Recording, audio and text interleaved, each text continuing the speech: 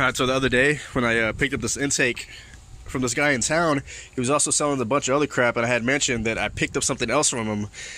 And I wasn't going to say what it is just yet, but I am today. It's what I'm working on swapping out. I got the front wheels off, and then after this I need to pull the back wheels off because I picked up some coilovers. I've never actually heard of this brand, K-Sport, but I looked them up, and they're 32-way adjustable. Sorry, just in the center. 32-way. What did it say? Up and down 4 inches. They're like $700-800. K-Sports. Yeah, I don't know much about these, but for the price, I'd assume that they're decent.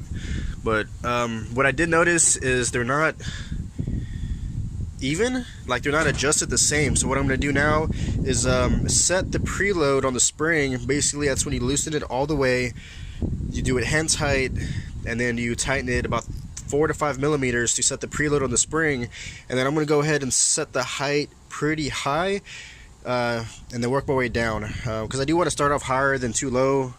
Because I don't know if you, in my last video I was having issues with bottoming out and scraping and stuff like that, but this is my daily, so I want to be able to just drive it anywhere and wherever without having to worry about speed bumps and, you know, just shit like that.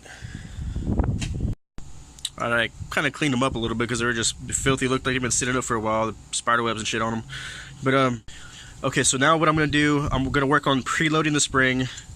And okay, first of all, notice how the spring can move. It has play. To set the preload, all you do is you adjust this hand tight until the spring does not have any play in it. So I'm going to do that right now.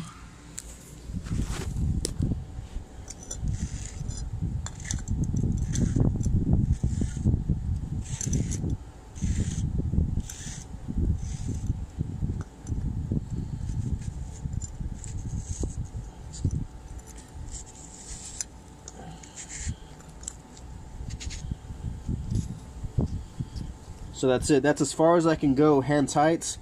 So this is going to be our starting point.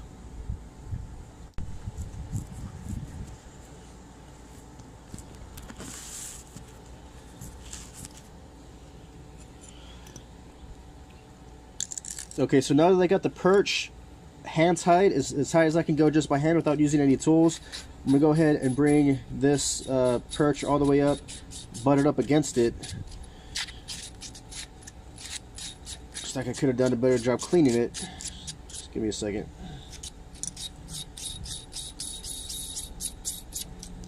Okay, so that's going to be our zero. It's basically zeroed out right now. And now I'm going to go ahead and tighten down the spring perch more until I can fit the tool between the two perches. And that's going to be the preload amounts. This is typically 4 to 5 millimeters, so it's a good good tool to use to set the preload. So when you tighten this, be sure you don't spin the smaller perch, spin the spring perch. Keep this one in place so you can use that as a guide to see how much preload you've set in the spring.